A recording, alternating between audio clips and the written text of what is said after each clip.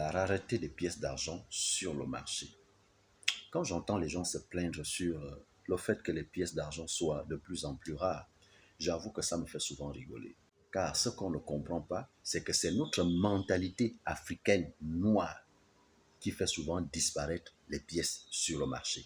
On est à chaque fois balancé entre l'économie, le mysticisme, la sorcellerie, le mauvais cœur.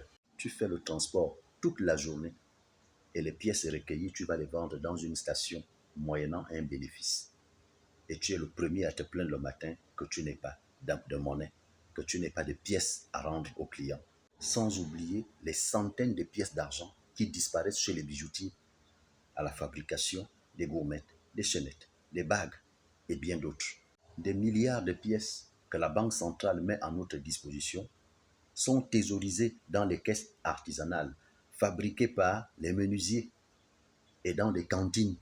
N'en parlons plus des marabouts qui ont pris en otage des pièces jaunes pour faire passer les esprits. Les mêmes pièces qui sont la proie des pratiques fétichistes. Mets les pièces dans la bouteille. Plus tu mets les pièces, plus l'argent va entrer dans ta vie.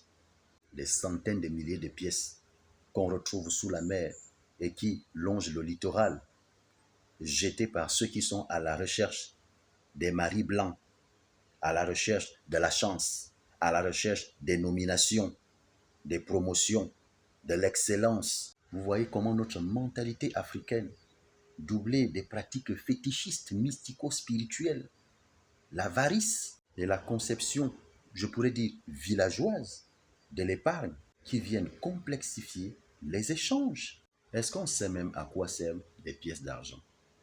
Vous savez que ces pièces avaient été initiées, l'invention des pièces avait été initiée au 5e ou 6e siècle avant Jésus-Christ, dans la Grèce hellénistique récupérée par l'Asie, ainsi de suite.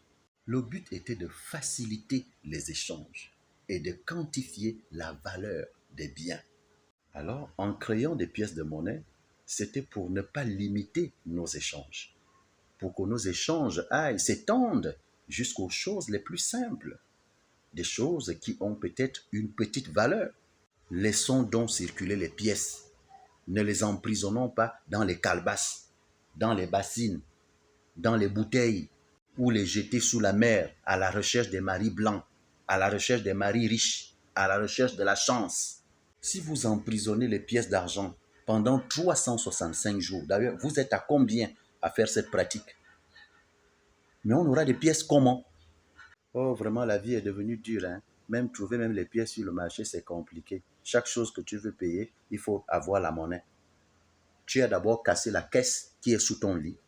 Tu as ramené les pièces que tu allais donner aux sirènes à la plage. Et vous ne pouvez pas comprendre combien de fois le manque de pièces ou la rareté des pièces nous complique la vie en termes de gestion, en termes de budgétisation de nos fonds.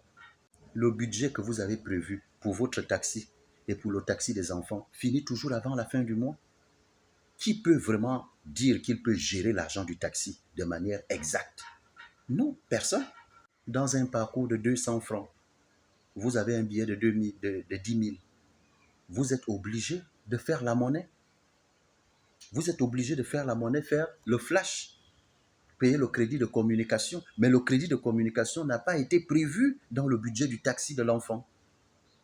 Et à chaque billet de 10 000, vous le ferez jusqu'à 500 et jusqu'à payer même autre chose pour pouvoir avoir des pièces. Regardez comment notre mentalité villageoise se retourne contre nous-mêmes. Nous sommes à chaque fois obligés de faire des dépenses imprévues pour avoir quelques pièces. Du coup, on se rend compte que la vie devient chère, que le transport est cher et que l'argent ne dure pas.